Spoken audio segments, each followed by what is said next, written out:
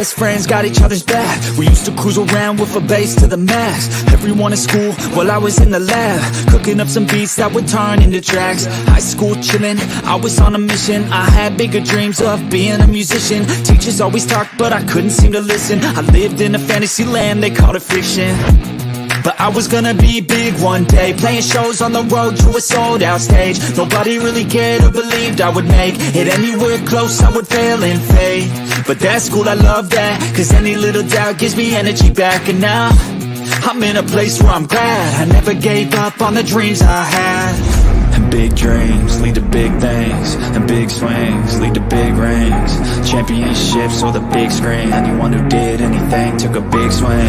And big dreams lead to big things, and big swings lead to big rings. Championships or the big screen, anyone who did anything took a big swing.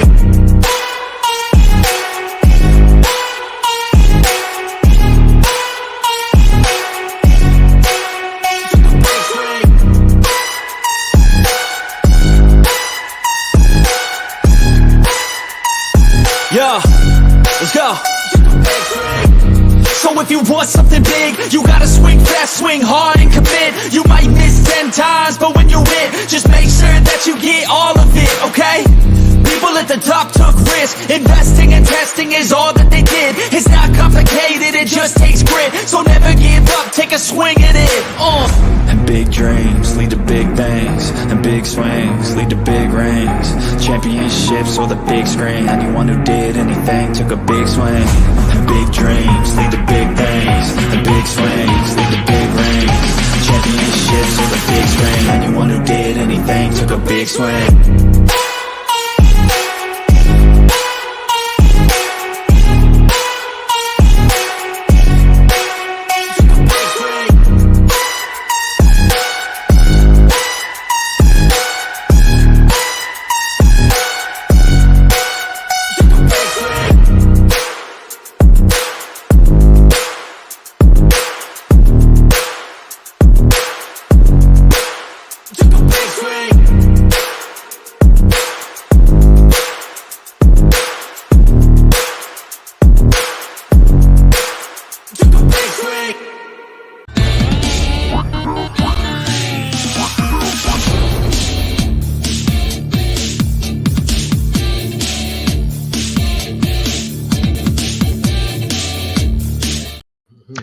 Hey guys, what is up? Welcome to the Pick and Roll Podcast, episode number 62. I'm here with my guys, Coach Ed and Reels from the Just Fans Podcast.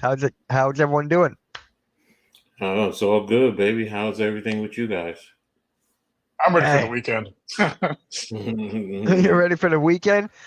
I'm ready for the Sixers to just do something right now. We're not looking good.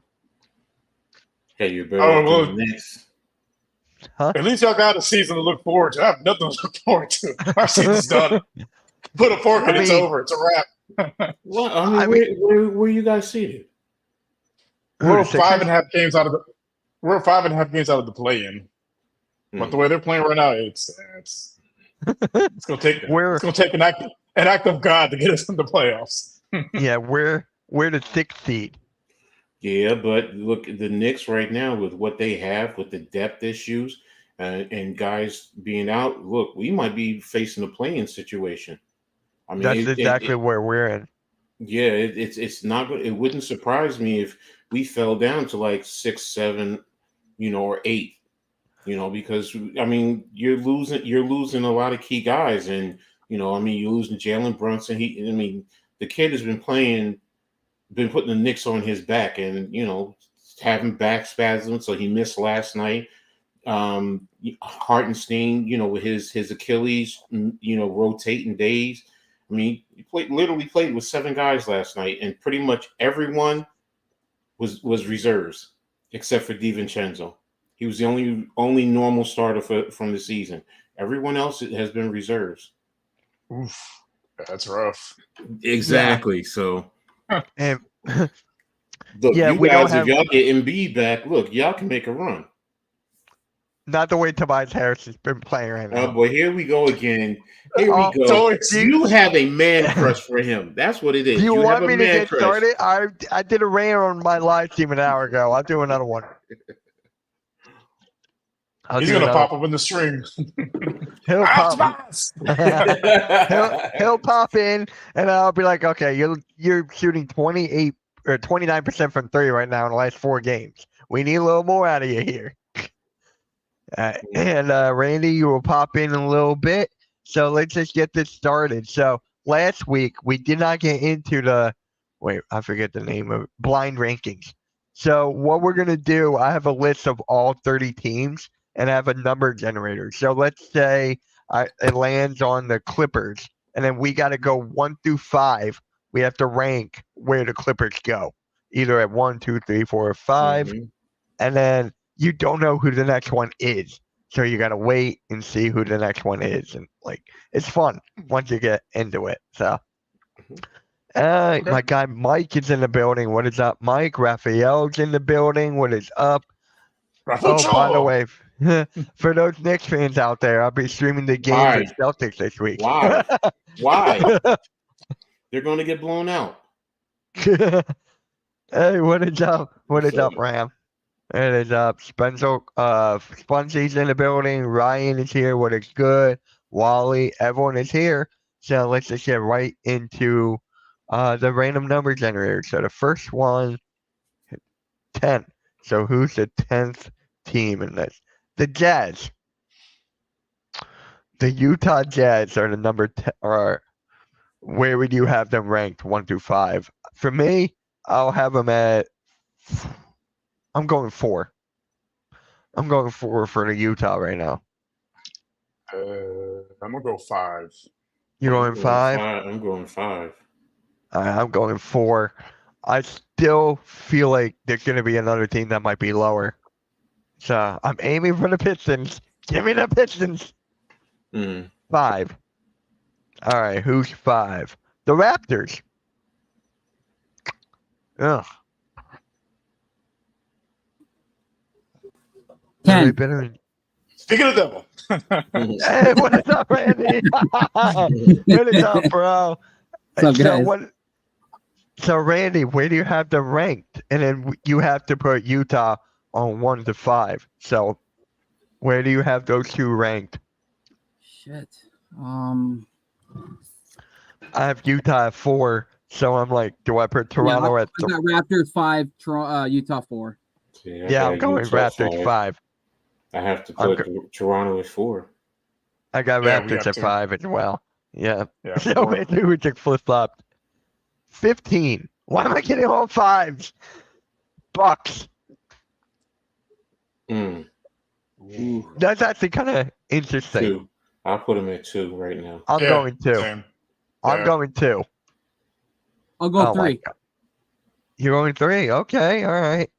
Generate 20. Stop giving me 5s. Just stop giving me 5s.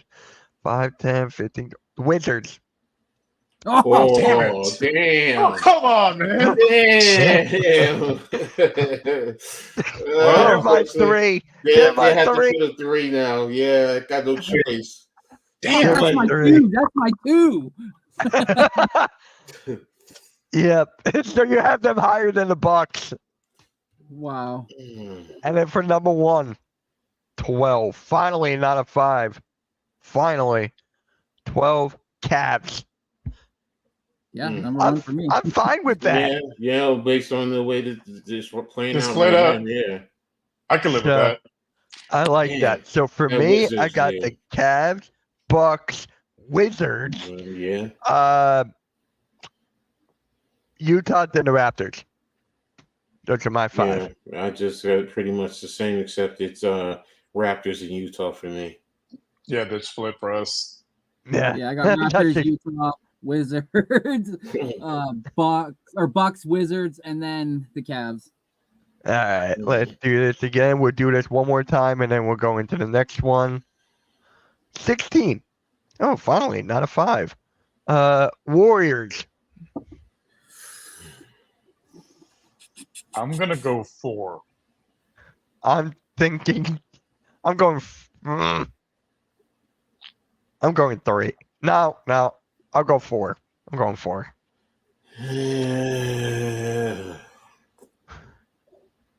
Yeah, I'll go 4. Randy? Yeah, I'll go 4. Something's telling me I should have went 3. Something's telling me I know. I was 2. Something's telling me I should have put him at 2 or something. Fuck. all right. Who's the 22nd team? 20 Hornets. 5. 5. 5. Yeah, that should be an easy one. I got them at 5. So, that's easy for me. I got Warriors at 4, Hornets at 5. I'm sitting pretty. Let's get worse. Who's the number 1? Celtics. 1. 1. 1. That was easy. That was an easy one. Yeah, All right, 20 back at 25. Wizards. Oh, damn. Come on, man. See what I mean? I knew it. 3. I got them at 3. 3. I got them at 3 again. Oh my god. So who's the last one? Who's gonna be number 2? Okay, I got the Celtics, so that's a reroll. 2. Nets. Damn. It should have been that. Damn. Man, they gotta be 2 now. Damn. Wow. I'm sure you would disagree. I completely fucked both of mine up. These are bad. Nobody listens to my rankings. Yeah, nobody. Mine was good. Mine was so far good. No, Mitch, because we got the Wizards at 3. Celtics, Nets, Wizards, Warriors, and Charlotte. It should be realistically. It should have been based on this. It should have been the Celtics, the Warriors, the Nets, the Hornets, and the Wizards. Yes. Yeah. That should have been the way it went. It did not.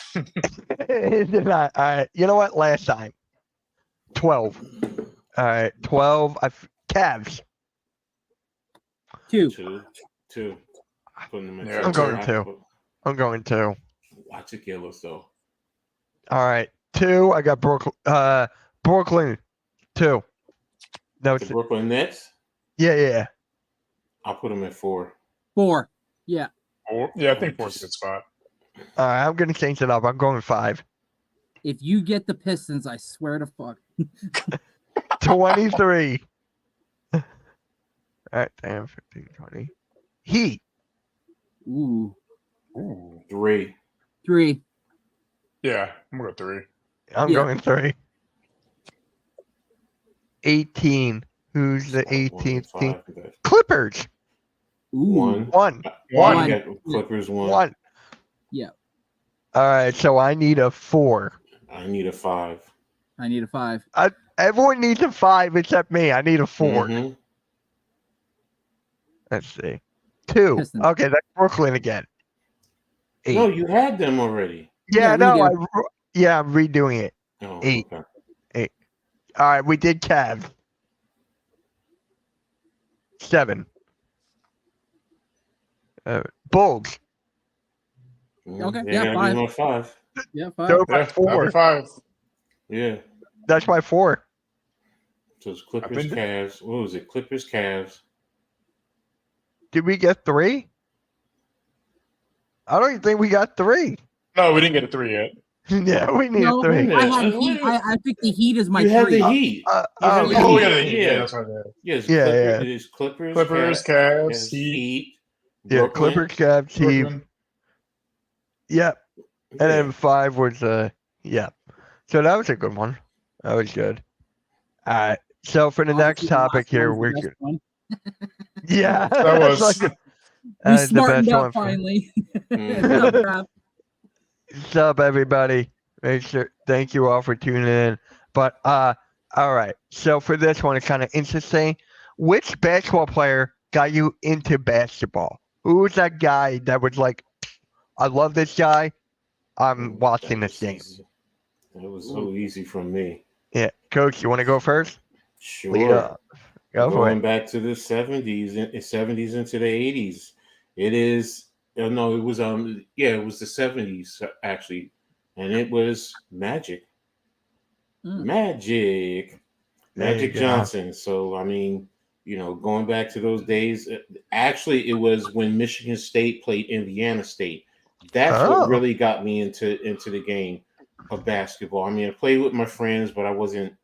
But seeing that championship game, Bird versus Magic, and then they get drafted and go into the NBA, and it was always Bird versus Magic, and then Magic with the Lakers. I mean, those teams with Norm Nixon, Byron Scott. I mean, Kurt Rambis, Michael Cooper, Jamal Wilkes. I mean, Kareem. I mean, he got me started, man. All right. Now, Randy, I think I know who yours is, but in case I'm wrong, who is your basketball player that got you into it? Yeah. I don't think anybody knows whose mine is because I haven't really said it, but mine was Bryant Reeves, big Bryant Reeves. Big country, Big country. Yeah, I thought it was Vince Carter. No, Vince Carter is what got me into like really wanting to be basketball, but Bryant Reeves is what introduced me. And a lot of people say when you watch sports, you almost want to be able to like see yourself in somebody. And the big 7-footer came out of nowhere, drafted by the Vancouver Grizzlies. And I was originally not born, but I was raised in Vancouver. So I went to Vancouver Grizzlies games quite frequently. My aunt used to take me to them, and I remember all the time sitting 4 rows up from courtside, right behind the damn announcer's desk, seeing Bryant Reeves jumping up, and I'm looking at myself, looking at my aunt, going, "I could probably play basketball too. I think I can do this too, right?" Obviously, not realizing it's a lot fucking harder than what it looked like. But yeah, man, mine is Bryant Reeves when he was drafted in 95 by the Vancouver Grizzlies. All right, and Rios. The GOAT, Michael Jordan. I was 6 the first time I watched a basketball game. And that's my first time watching, and I just remember looking at him like, I've never seen a human move like that before. And I was just fell in love with the game at that point. And then I was glad my city had a team. Like, okay, I got a team I can root for besides, Chicago. Yeah. So for me, it's kind of obvious. Allen Iverson. I was born, here. Just watching the Sixers play, Allen Iverson with his height, he had the intensity, he had the mindset, always attacking the rim, that crossover, his style, like that cornrows thing. I was like, I wanted that, and my mom was like, no, you don't do that. You don't do that at all, Mom. No, they were like, no, Mitch, you don't do that. But yeah, and how he like stood up against the NBA, with the fashion and everything. So yeah, Allen Iverson is mine. So. Yeah, I kind of wanted the cornrows when I was younger. I'm not afraid to say that. But. I had cornrows, man. I went through everything with the high top fade, high top with a shag, cornrows, to locks, and it's been locks ever since. Oh wow! When I played football, I had my big country haircut. I had the party in the back and business in the front. And when I played my basketball season, I had a nice tight fade. So it was like I went two opposites of a person. But yeah. I know what you mean, Mitch. I myself was mesmerized by the cornrows as well. Yeah. All right. So for the next thing, it's the Clippers rebrand with the whole jersey, court, the logo. So, Randy, what do you think of the Clippers rebrand? And as I pull up the logo. Yeah, I was gonna say I only saw the rebrand logo. I didn't see like what the jerseys looked like or anything. So. I haven't been able to see that, but for me, it's like okay, like I mean, for the longest time I've known him as a Clippers. Now I got to remember him as like some ship being docked at a like I'm so confused about that. But for me, it's like it doesn't move the needle for me. But nice for Clipper fans, I guess. So, by the way, I've never met a Clipper fan before, so I don't know if they exist really. Yeah, they have. They do. They do. I know a couple. But wait. Hold on. I hit the wrong thing here. So we're just gonna here it is. Here's the New Jersey's Randy. There's the Clipper logo. So there it is. I don't know how I really feel about it. The red jerseys I like. I like the red ones. But I don't know about the white. It's not because James Harden's wearing it. But the blue, the one Kawhi has on, I like that one. So it's mostly the white. It's not because James Harden's there. But yeah. What do you guys think of the uniforms here. I like the color scheme and like the lettering and the font, but I don't understand the logo. Like, what the hell is it? Like, what does that have to do with the team? A clipper actually is a ship. It is. Okay. That's a ship. That's what it is. If you logo it, it's actually I think it's more old school. You know, like where you have the sails and so on and so forth. It's a vulva. Yeah, but a clipper is actually representative of a ship, and that's a cruise liner. That's what they're doing. I get what they're doing, and remember they were based out of San Diego, which is a port. So yes, which is but for me, it's like why now? Like why why now? Like out of any moment now, it's like I get Steve Ballmer's now the owner of it, so maybe he wants to like now make it his team, and by doing this rebranding, it's now his brand. But it's like I said before, it's like, meh, like it doesn't do anything for me. I've always remembered Clippers with the lettering and the wording Clippers. I've never ever associated them with, and until Coach mentioned it with the ship. So yeah, I didn't know what that was. So learn something new today. In comparison to the other one, this is a little bit cleaner versus the the LAC or whatever how they did the other one. LAC, it does come a little cleaner. You see the word Los Angeles Clippers, so and then with the ship right there, I kind of get it. It's just like I'm like Randy, like I told you earlier, Mitch. I'm like, okay, I mean, and I did notice. Sorry to cut you off, Coach, but I noticed the red one says Los Angeles and the blue and white say Clippers. So I'm wondering if that's like their alternate jersey that they're going to wear like so often. The red ones where the white and blue are going to be their main two. So yeah. And Randy, they're getting a new stadium next year. Yeah, so they're getting a new stadium, so they want to rebrand. And I hate to say this, but this is their best chance right now to win something. If they win something, and with this rebrand, they're trying to get out the Lakers shadow, which is not going to work at all. It would never happen. But they want to make an impact. They want to establish more fans. Ever since they got Paul George and Kawhi and Harden, they've got more fans here. Obviously, because look at these guys. I will always say they had more fans in San Diego. It's just that they weren't winning, but they had a better fan base in San Diego. You move to LA. LA is Lakers. I mean, that's Laker town. We all know that. Everyone knows it. When you think about basketball and you say LA, you think of the Lakers. You don't think of the Clippers. I'm going to be honest. Even though they've been in LA for several years, they're always San Diego to me. They'll always be San Diego. That's what I grew up on, going all the way back to the 70s. They were orange, black, and white unis, right? Weren't they the orange and black and white unis, or no? No, they were red and white, red and white, and I think red and blue. Okay, so the color scheme stayed the same. It's just gotten a little bit darker. It was lighter back then, but they're always San Diego to me. It's just like the Chargers. You think of the Chargers, you think of San Diego, you don't think of the Chargers. Exactly. That's the whole point. Is I get you want to go into a bigger market. I get it. I understand it. But it's like, well, the Chargers have a chance because they went in there together with the Rams, but the Rams are going back. So it's kind of like, okay, the Rams have a little edge. Here with the Clippers, you're going into LA. LA's been in there for decades.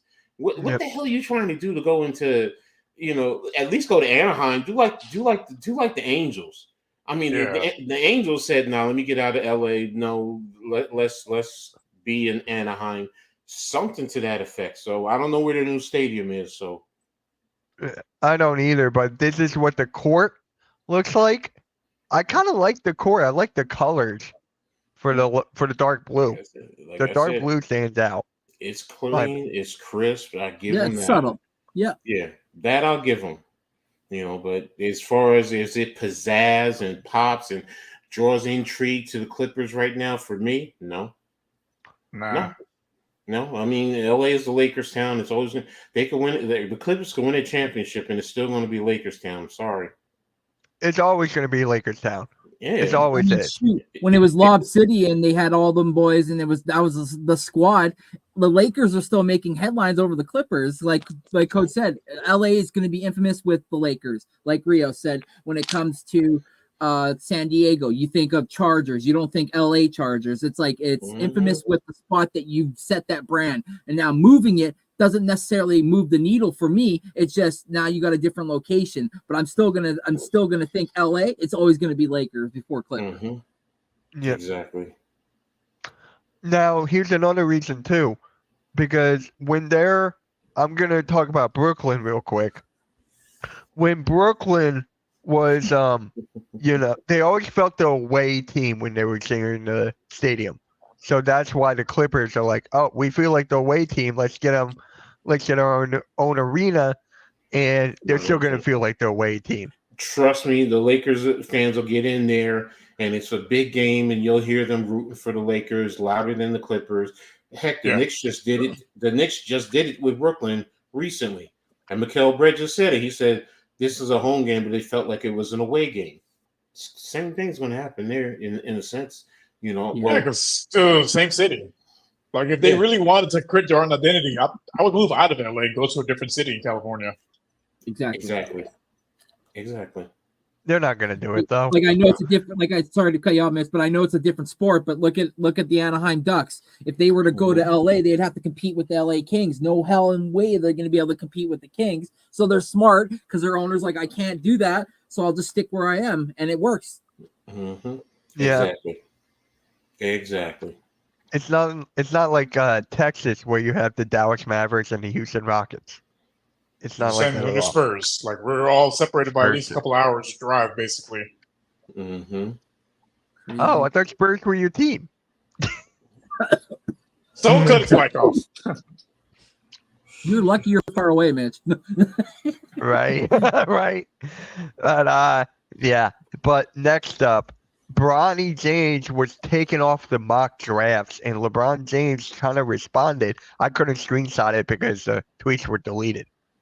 So basically what he was saying was let the kid work, let him have fun, let him enjoy basketball, let him not get into the mock drafts and everything, which is right. But mock drafts have been a thing for as long as I can remember. Like, it's always been a thing. Now, Bronny's going to be in the mock draft in 2025 in the second round. So, LeBron is like, I want my kid to play now, so I want my kid to play with me. I don't know how much time I'm going to have left. So, it's just, come on, let's get him into the league now. Don't listen to these mock drafts. So I will say, I get where he's coming from a little bit, but at the same time, he also created this pressure on him. Like, thank you. Not too long ago, he tweeted out he was watching League Pass, and Bron is better than half these cats he was watching. I'm like, now if I'm an NBA player, and you're saying that your son that's riding the bench at USC, averaging like 2 points a game, he's better than me as a professional basketball player. No, I would feel some type of way, about that as well. And then he said later on that Bronny can help the Lakers right now. If I'm one of his teammates, like, what do you mean? Like, is he better than me? Like, he's riding the bench at USC. They're not doing anything. Like, who are you referring to on this team? Like, again, like you create this undue pressure. I get being proud of your son, but at the same time, don't create undue pressure. Like, look at Melo.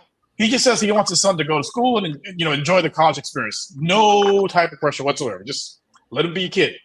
Don't say that you want him to play with you. He's better than these dudes in the NBA already. Like, that's just creating undue pressure. And like I said, but if he's not projected to be drafted this year, like, fine. That's like, I don't see the big deal. Like, he's not ready.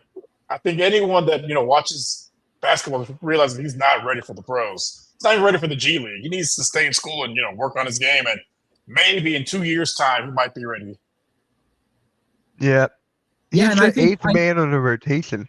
Go, Randy. And I also think too, Mitch. I don't think it's even LeBron that's pushing the narrative that his son needs to come out, because I hate LeBron, but I'll still watch some of his interviews, and he said it's up to my son. If my son wants to go to another year, it's up to him. So there's no due pressure, I think, coming from LeBron and his side. I think it's more on the media wanting to see LeBron play with his son because he made the comments, and now they're running with it, and they're going to continue to run with it until it actually happens. But like Rio said, the kid isn't ready yet. He's averaging 2 to 5 points a game, riding the bench at USC. like everybody expected because of the last name LeBron, he should be starting and also and playing. But it's like the coach there saying, you got to work your way to this spot, kid. I'm not going to hand it to you just because your last name. And I think the undue pressure by everybody wanting to see this, I think it has some effect on him. I think it is in a certain way affecting him because he's expecting to be on par with his dad, if not better, because his last name is LeBron. And I don't think that's fair, to be honest, because he's a totally different person. And like you said so yourself, Mitch, you've seen videos where LeBron's other kid apparently is better than Bronny James. So it's like there's many narratives there. So yeah, he's not only fighting to become a starter, he's fighting everything that we're putting out there and then some. So it's like, like you said, just let the kid play. Yeah. And you know what also hurt him?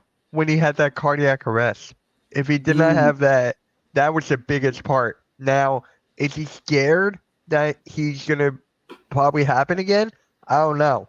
Like, that's always, when you have that life-changing experience, that's always going to be in the back of your head when you're playing these games. So, that's another factor also. Like, I think that's probably in the back of his mind too. And again, maybe he just wants to, go to school and play basketball, just in college. Maybe he doesn't want to play in the NBA.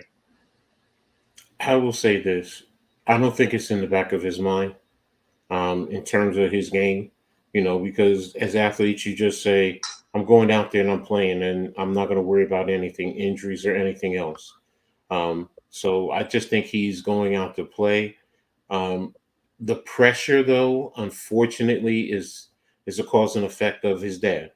When his dad says he wants to play with his son, well, what do you think everyone is going to do? The second Bronny James says that he's coming out, it's going to push his stock up because somebody's going to say, I can at least get LeBron James, even if he's in his 40s. It's still going to draw people to come out, and he's probably still going to be better than half the league at that point in time.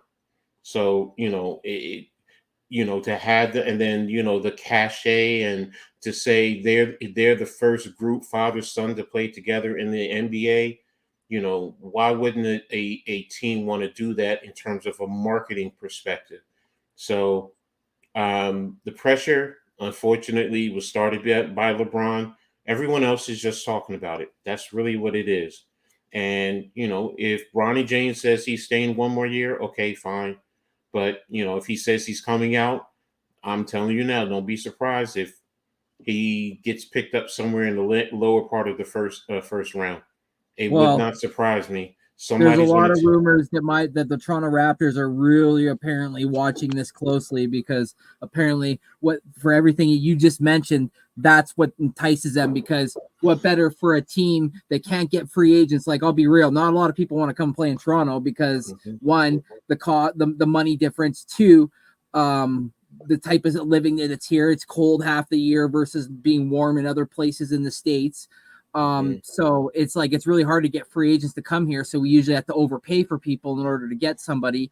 And if the Raptors are sitting there going, you know what, like we could market this in a way where we could get LeBron and his son, like you just said, Coach, that's going to bring extra bodies from all over the place to come there that maybe wouldn't have came to a Raptors game normally. So, but as a fan of the Raptors, I just don't want to see that happen because I don't want them to use a pick for 1 year with LeBron and then LeBron leaves and now we got Bronny James here and he's averaging 6 points a game and that pick was for nothing kind of thing. You know what I mean? So it's like, I understand the marketing side of it, but I also hope that they look at the football or the NBA, the basketball side of it as well. A great point. That's a great point. But unfortunately, somebody's going to be in a sense, somebody's going to be desperate to make that move because you're going to get LeBron James for a year, 2 years tops, and then you have his son, but now it's the draft status. Everyone says the second round, but if teams are nosing around, somebody might take him in the back end of the first.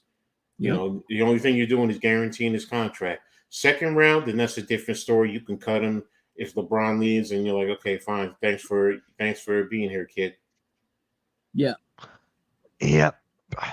So now Coach, I gotta bring up your Knicks against the Detroit Pistons. So, did the Pistons get robbed? Yeah. And was Monty Williams right for what he did in that press conference? Yeah. Yes, Monty Williams. Yeah. I don't begrudge him. I mean, that was a foul. So give the and now the only thing I will say, it's not like it was the last play of the game. The Knicks were still gonna have time. So there was still that possibility something could have happened to let them win. So. But in terms of did they get robbed because it was an egregious foul? Yeah. You're diving at somebody's legs. I get it. You're diving for the basketball, but you dove into, who is it, Thompson? And no foul was called, and it was inconsistent all game with the referees. Early they weren't calling a lot of things. Later they were calling just about everything. And then at the end of the game, you're not calling anything. Except that one on Josh Hart, where he missed the free throw. So, yeah, Randy, did the Pistons get robbed? Yes, but I also think it's a full circle thing, because you fast forward a week ago where the Knicks felt like they got robbed on a foul call against the Houston Rockets, where Brunson felt like he said, like, I didn't touch him. And then you fast forward to this week, and then it's obviously it's in favor for the Knicks. So it's like the NBA gods are trying to fix things themselves, because they know the refs are fucking shit up, like Coach said. But yeah, it's weird how it came full circle. But yeah, I agree. They were robbed. So Rios, you agree with the Coach and Randy? I saw the play. It was a foul. It goes back to what we've been saying most of the year. The officiating has been god awful. There's like zero consistency. Like at this point, like, what's a foul? It really has you questioning, like, what's a foul at this point? Yes. Right. And then for me, I just have to go with the refs on this point. It was Pistons got robbed. I'm right there with you guys. They got robbed. But when you talk about the refs, they're not going to get every call right. Let's just get that there. They're not going to get every call right. But when you go to the refs and you see like the team's free throws matchups being like 20 for 25 and the next team going for like 2 for 4 from the line or something like that, it's just like a way to balance. So this is keep on showing how bad the officiating has been throughout this whole year. 23-3, Raptors versus Lakers in the fourth quarter. The Lakers went to the line 23 times, and the Raptors only went 3 times, and that was the game. And our coach even came out, and he got fined for it, like a lot of coaches this year. And they were like, like this is crazy. Like they're, we're expected to be held to a certain standard. I think the refereeing throughout all professional leagues needs to start being held to a certain standard as well. Yep. So shout out to my guy Brian. He's a season ticket holder for the Philadelphia Sixers. So what is up, man? Thank you for stopping by. And Nick wants halftime. Well, you just had halftime for the Phillies spring training. So if you want to see halftime again, go over there and watch that again. You can watch him rant. But yeah, that's my guy Nick, man. Much support. And Arku, I have a question for you if you're still in the chat. You go, what market is in Raptors? And then you go later, Raptors are a big market. And then you go, not necessarily. It's just not necessarily small and big. So I'm like, which one is it? I would say they're like a mid-sized market. Yes. It's not like they're in the middle of nowhere. Like Toronto's, a beautiful city. It's just, it's cold, 75% of the year. Toronto's a beautiful city from what I've heard. So I would say like a mid-sized market. And we're very multicultural too. Like we have a lot of people from all walks of life here. Like, it's I'm half indigenous and Caucasian. And then, there's, if you go out east, there's a lot of people that have come from, whether it's Afghanistan, whether it's like Finland, whether it's like Portugal, like there's just like, it's very vast over there, which is nice because then you get different looks from all walks of life. But like Rio said, we're definitely a mid market team in the sense, and it's like if you go look at it, like the only way for us to acquire a big time player is either we develop them, which we've had throughout the years, or we trade for one, which was Kawhi. So it's that's it. Yeah. Yeah. So the next thing I want to bring up, the Duke basketball player Kyle Fiblowski, who's a very good player. He's going to get drafted. He got injured during the court storming. So for me, I'm just asking, should the college be away, throw that away, or not? I feel like I'm in the middle of it. So whoever wants to take it can take it. I'll go first. No, I don't think they should do it. Come on. The college students have been storming, the fields, courts for decades now. Like, why would they do it now? Like, how many times has someone actually gotten hurt? This is the one time, and it's someone at a bigger name school. If this was like a smaller market school, I don't think anyone would bat an eyelash. So I say keep it. Yeah, but Kyle was like, oh, this was intentional. Like, he saw the guy intentionally trying to hurt him after this, trying to get the win over Duke. But for me, I'm just like, it's that worth it? He could have got seriously injured on that leg. Like, his NBA career, his NBA dream could have gone away like that. It is dangerous. Like, I don't know if I'll get rid of it, but for me, I'm just like, they got to do something. They got to do something. So I'm going to go with Randy here. What do you think about this, man, with he's getting injured from a court storming? Well, like you obviously want to go back and look at history, obviously, to like have a precipice. And like Rio said, like there really hasn't been somebody that's gotten really hurt before. It's just that today or that day that happened. Now there's been other times later that week too. I saw Caitlin Clark got ran over too after one of her games in a court storming as well. So it wasn't just so much him. It was him and her in the past couple of weeks, and it just so happens that they're big names. But like Rio said, if it was a smaller market team, would we bat an eye? Would this even make TSN? So it sucks. Like, don't get me wrong, it does. But I've been watching and listening to see what experts say, because I don't live in a place where we where they do that. Like, we don't have any colleges up here that compete in the NCAA tournament, stuff like that. So the court storming thing is kind of like exclusive to you guys and like your guys' sports down there. But it's dangerous. But I guess at some point you got to tell the players keep their heads up and get the hell out of the way. But I don't know. I honestly don't know. I don't have a yes or a no answer for this, because I understand the history behind it as well. Yeah. Coke, you and I were talking about this before we went live. You said you were ready for this topic, so. Mm-hmm. Shout out to Unsportsmanlike this morning. Oh, actually, Chris Canty, when he was actually on Get Up, actually, they were talking about this, and there's different schools of thought.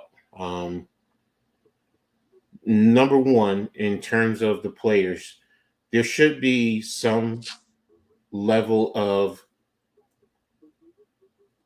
responsibility into the situation, in terms of they know what's going on and you can tell what's about ready to happen. So you have to really position yourself to get off the court as quickly as possible. Now, it's not always their fault, but you can tell what's going on. The coaches, what's going to happen. Now, if it's a close game, you can't get your starters out, your key players out. But if it's a big game, if it's a big blowout, get your players off the court. Now they talked about, escorting the away players earlier in a situation like that. I'm cool with that. You leave your, some of your backups in, to finish out the game. Yeah. But key guys, go ahead and move them. You don't have to have the handshake. I get it. I mean, that's youth football. I'm going to be honest with you. I get it. It's a show of sportsmanship, but in the same token, you know what? If it's that situation, now, if it's a close game, you know what? Your players, try and position yourself as best you can to get to the sideline as quick as possible. And then security people, whether it's from the arena, the schools themselves. They need to have security that helps them get to the sideline as quickly as possible. Now, in this situation, it's a catch-22. I mean, it looks like the kid threw out his leg to try and trip someone, and he got hurt by it. That's what that's one angle that I saw. There's another angle that just, with the speed and everything, he was trying to walk to the sideline, and his leg was out, and the guy hit him in the leg. The other angle shows someone trying to hit him in the side and him pushing someone. I mean, who really knows what's going on? What was the intent of the kid? I don't know. Yeah. It's sad to see. As far as the court storming, you're talking about 18, 19, 20-year-old kids, college kids. They're excited. You beat a bigger team. I get it. Yeah, there's people that don't like it. Oh, well, they don't do it in pro sports. Well, first and foremost, you pay a whole lot more money than you do to a college game. I'm telling you that from experience. Yeah. I've gotten college tickets at Rutgers, and I paid, $75. I'm literally almost on the sideline. So it's not. Yeah. So, when you get a big win, it's cheap. Yeah. So you but the NFL, you're paying $400, $500, $600 for, seats. So you're not going to want to do that. So I and the kids, the college students they're getting in free. So, yes. It's like, and also, which no one talked about, these kids go to school with the players on their home basketball team. So, yes, they want to they want to party with them and celebrate with them. They're going to see them at the local pubs or the fraternities, wherever, and you're going to see them in class. It's part of the college life. It's part of the college experience. I'm sorry, some old heads have forgotten. Mike Greenberg talked about, when he was at Northwestern, they ran on the court, but now you want to get rid of it? Come on, man. Come on. Let's be real. Yes, somebody's getting hurt, and that was bound to happen. You're not going to stop it. I'm sorry. You're just not. The only way to stop it is not to let anybody in the arenas and let the game be played in front of an empty stadium. And that's not going to happen because that's going to lose money. So guess what?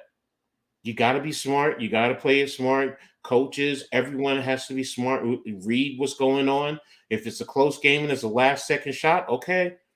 Players, try and get to the sideline. Protect yourself as best you can. Push your way out. Knock people down.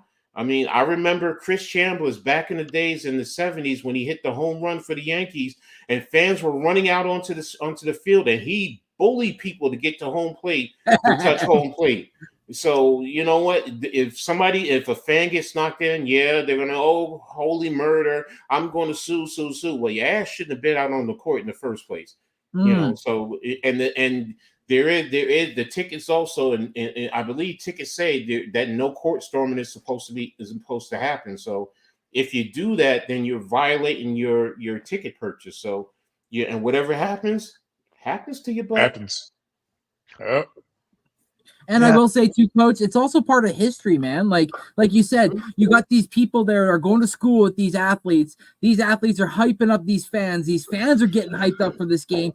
They go there with the intention to be basically they're the sixth man or the fifth man, so to speak, to help motivate these guys, give them that added energy when they're starting to feel like the gas tank's empty, and they feel like when the team misses, it's because they're doing the stupid stuff on the sidelines to try to distract them. So like when all of a sudden the game ends and you just beat a team that's ranked and you weren't supposed to beat them, you almost feel like storming the court is like a way to embrace them for what they've done, give them the hoorah, I just won in front of the Coliseum feeling like you just defeated Goliath. So it's like, it's part of history. So it's like, as a player, like I said, you got to have your head up, like be aware.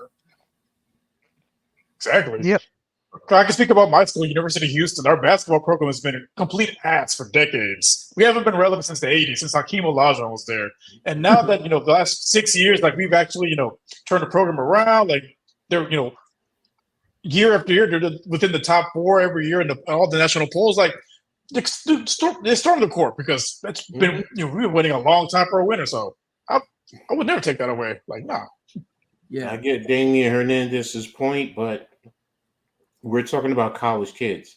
To a college kid, it means a lot. It really does. You may think it doesn't mean anything to us as adults. Look, I'm not running out there on the court. I'm going to be honest with you. I'm not. I'm 57. What the hell do I need to be out there on the court with these young kids? Let them go out, celebrate, have a good time. You know what? If I want to, if I'm the alumni, I have a party or I go to the local pub, have a drink, whatever the case may be. That's what I'm going to do. But to kids, 18, 19, 20-year-old, I mean, I lived I lived next to Rutgers, and I've seen just on the main strip sometimes a big game. I was there when we beat Louisville. I was there. That I did. I admit I did go out and jump onto the field and celebrate with the. But you know what? We weren't running out there, and we weren't. First and foremost, you're going up against guys in football equipment, so you'd be dumb to try and knock over the opposing team. They're much bigger and stronger than a lot of the average fans. But after the fact, going out onto College Avenue, going out onto Eastern Avenue in New Brunswick, and the energy, it's something different. I get it, where most people think they don't get it, they don't understand, you feel it's overrated. Okay, you're entitled to your opinion, but to a lot of other kids and people in the area, you know what? It means a lot. It really does. Yeah, because I'll be university teaching alumni. Oh, if they win the national championship, best believe I'll find a way to be there and run on that court.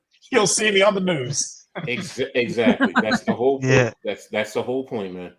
Now, if you want to say running out there and trying to the basketball play, I get it. I understand.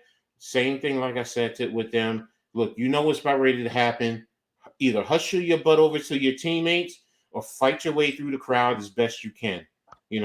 Most times, we've had a couple of incidents. How many other times have we had court storming and nobody was hurt? We're talking about, to be honest, 2 incidents. 2 incidents. Yeah.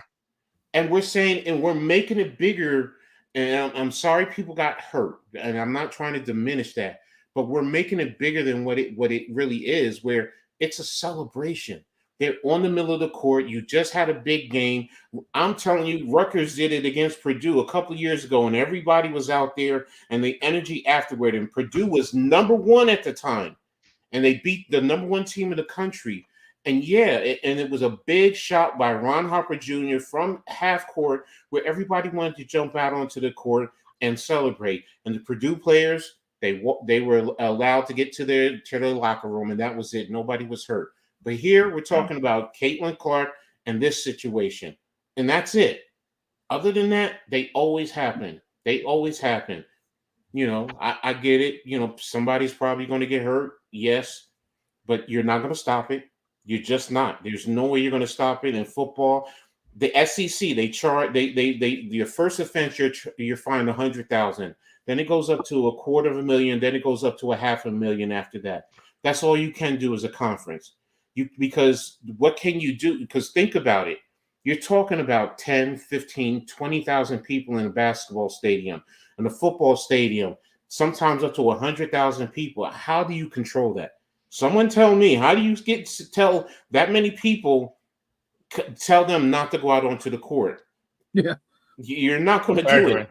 You can't. There's no way you're going to control that. Yep. And here's Coach killing me with the death of 1,000 paper cuts by mentioning Ron Harper, the one that got away. Yeah. As soon as you said that, I had a tear run down my eye, and I didn't even start crying. I was like, "What the hell?" No. All right. So for the next thing, we're going through a Bleacher Report article.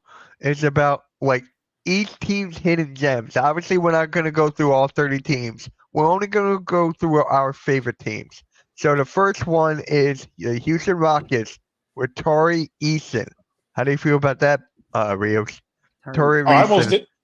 I most definitely agree. He's our best defender, and he is one of his concerns coming out of LSU was his inability to make jumpers and 3-pointers. He is one of our best 3-point shooters. It's just sucks he's been hurt the whole year. I think that's part of the reason for the Rockets' decline lately is just he gives you that production off the bench, and he can start at any point. I think he's your starting small forward next year. I think they probably trade Dylan Brooks in the offseason and have Tari Eason start.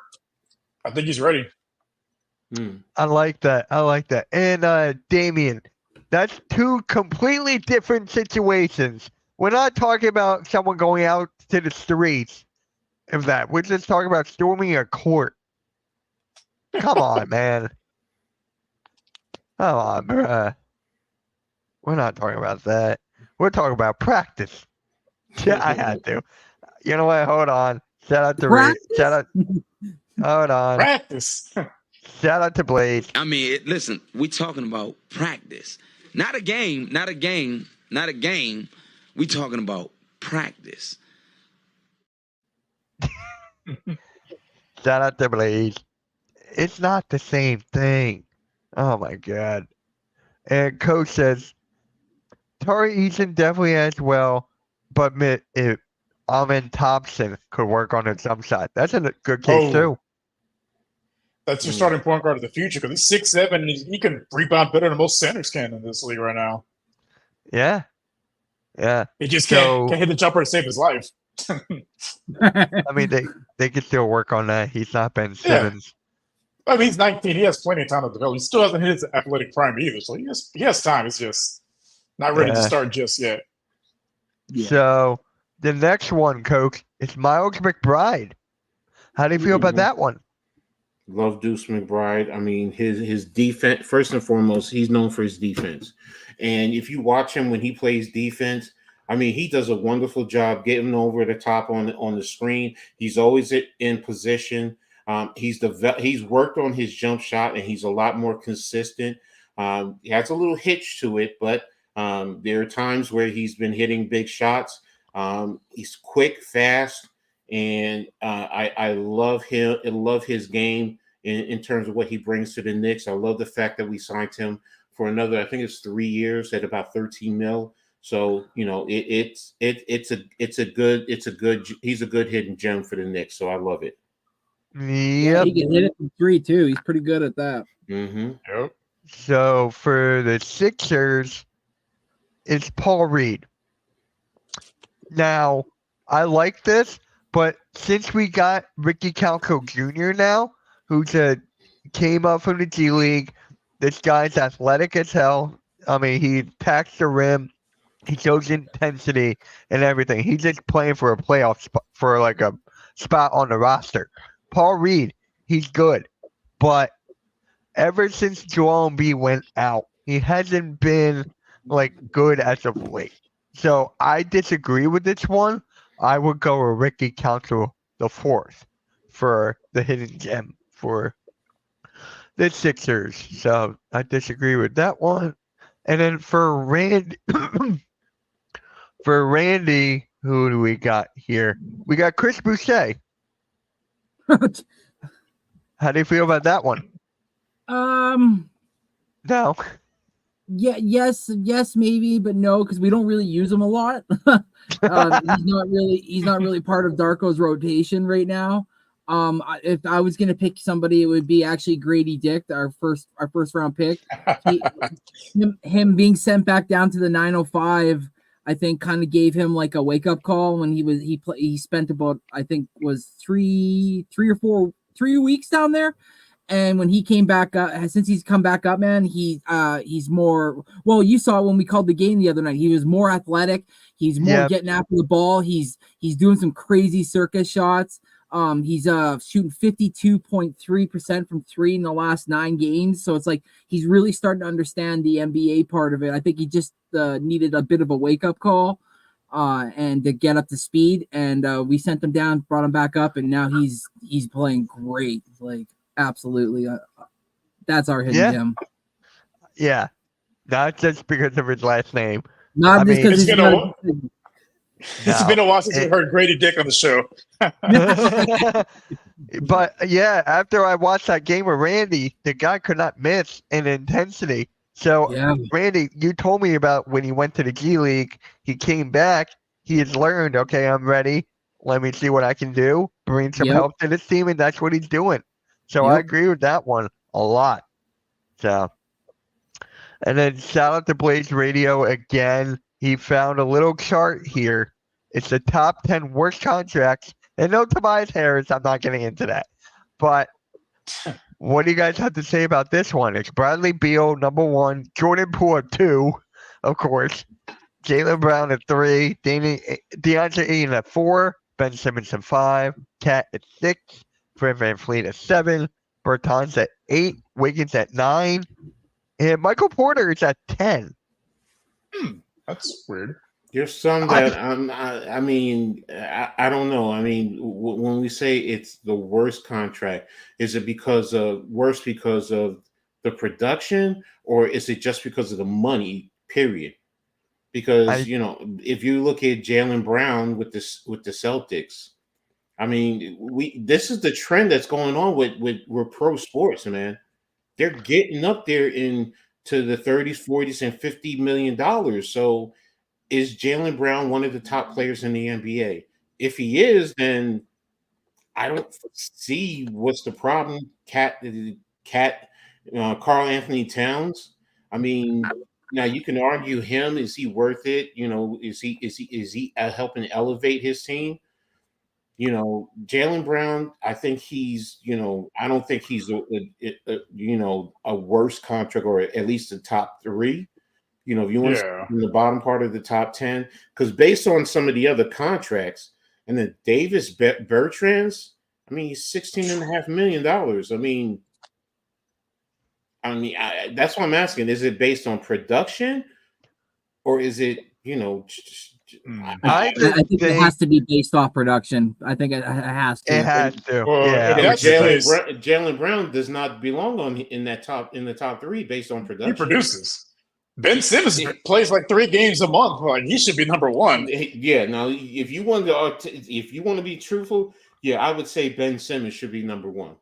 Yeah. If we're going to say it's about production, but that's why I'm saying that Fred VanVleet. I mean, you would know better than I would, Rios. Do you feel that contract is that bad? Actually, no, because only the first 2 years are guaranteed. They can waive them after the 3rd year, so it's not as bad as it looks on there.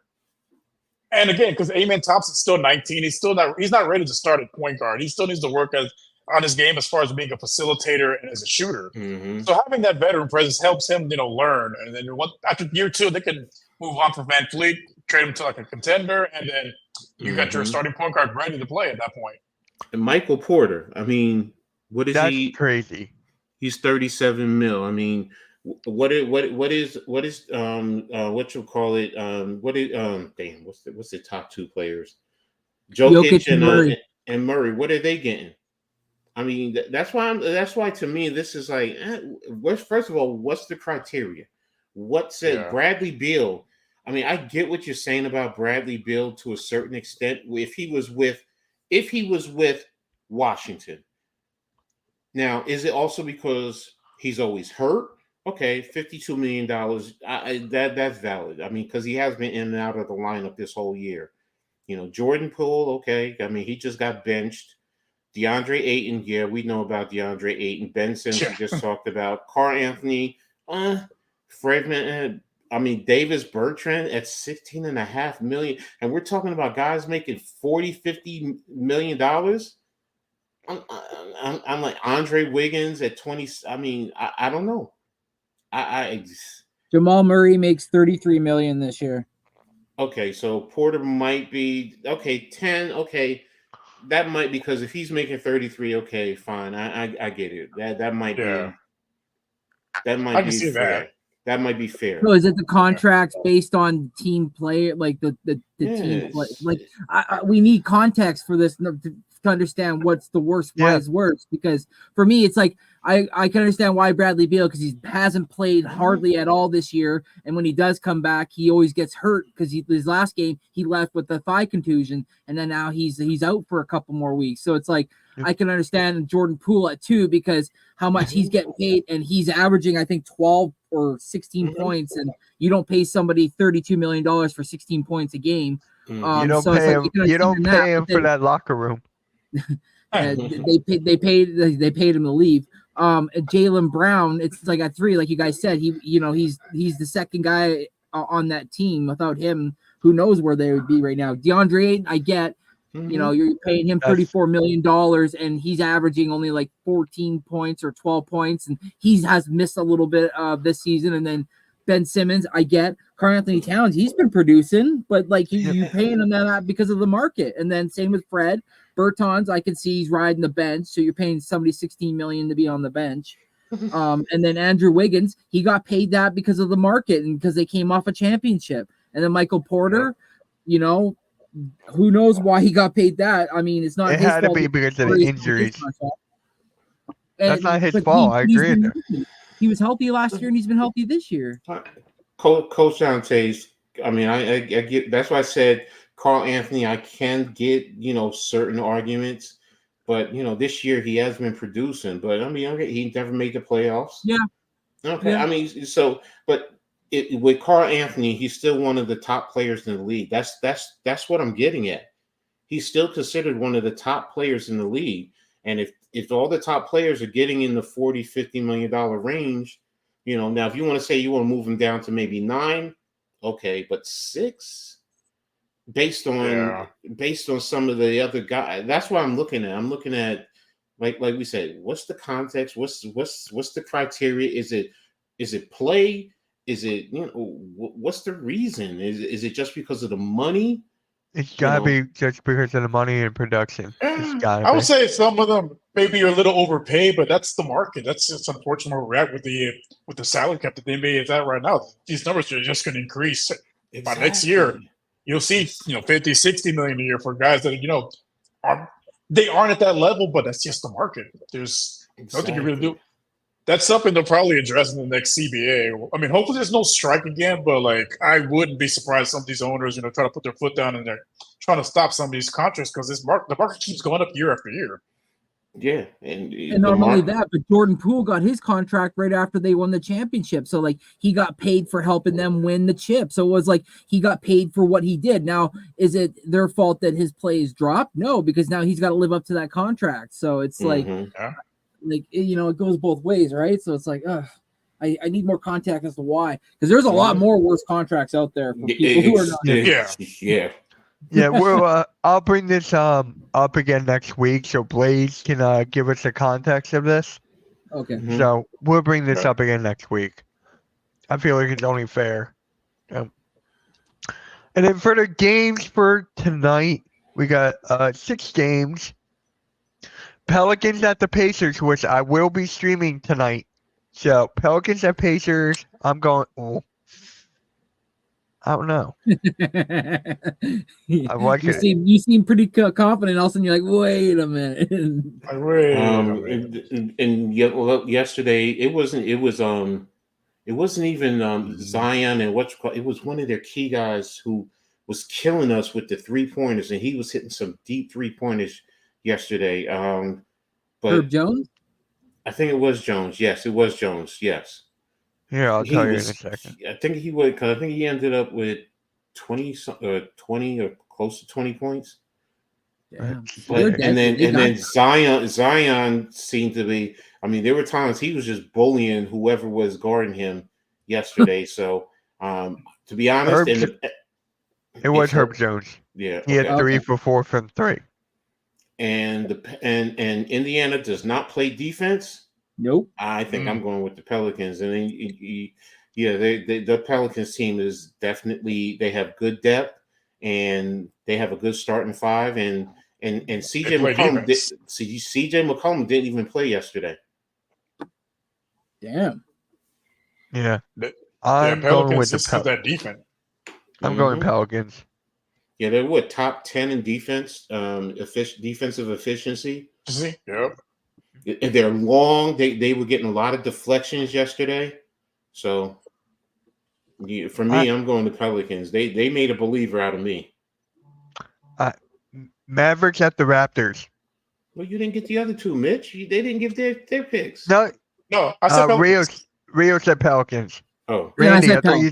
I'm sorry. I thought you said Pelicans. You're good. Mavericks at the Raptors. We're on a hot streak. We won the last 3. We're gonna win tonight, number 4. I'm taking the Raps, baby. Okay. Okay, I'm going Mavs. Rios? Yeah, I'm gonna go Mavs. I think Luka's gonna have okay. I think Luka's gonna go off tonight. And Coach, who you got? Mavericks or Raps? I think you're muted. Muted. To see you I'm between speaking 1 my p.m. PT. o'clock, if that's okay. Okay. Okay, all good. Give me Mavs. Grizzlies, Timberwolves. Yeah, You're the go lone wolf. Wolves. Oh. All right, Grizzlies at the Timberwolves. Tim's. I'm going with the Wolves. I'm going Wolves. Yeah, I think it's gonna be unanimous. What's picking the Grizzlies? Go. Cavs at the Bulls. Cavs. Cavs.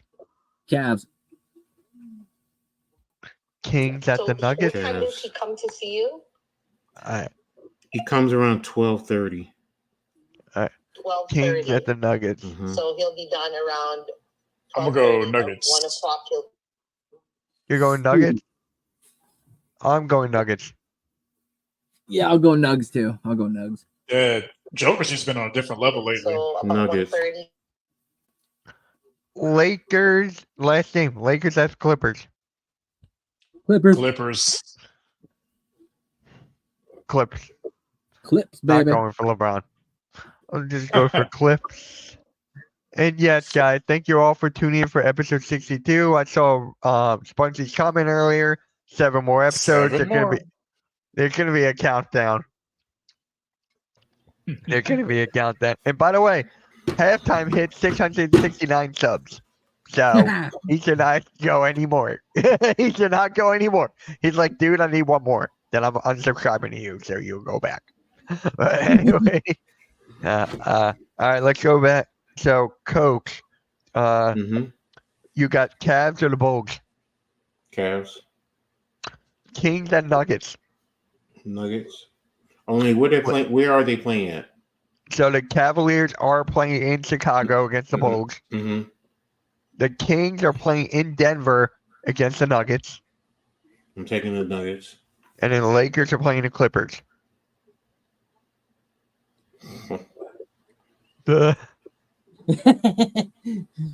Yeah, I'm going Clippers. Even though I got a funny feeling about LeBron for some reason. Yeah. I hate that laugh. Anyways, guys, thank you all for tuning in for episode 62. Next week, 63. Hopefully, Blaze will be feeling better by then. He'll be back, and yeah, make sure you guys hit the like, subscribe on all the channels, and we'll catch you all later. Peace.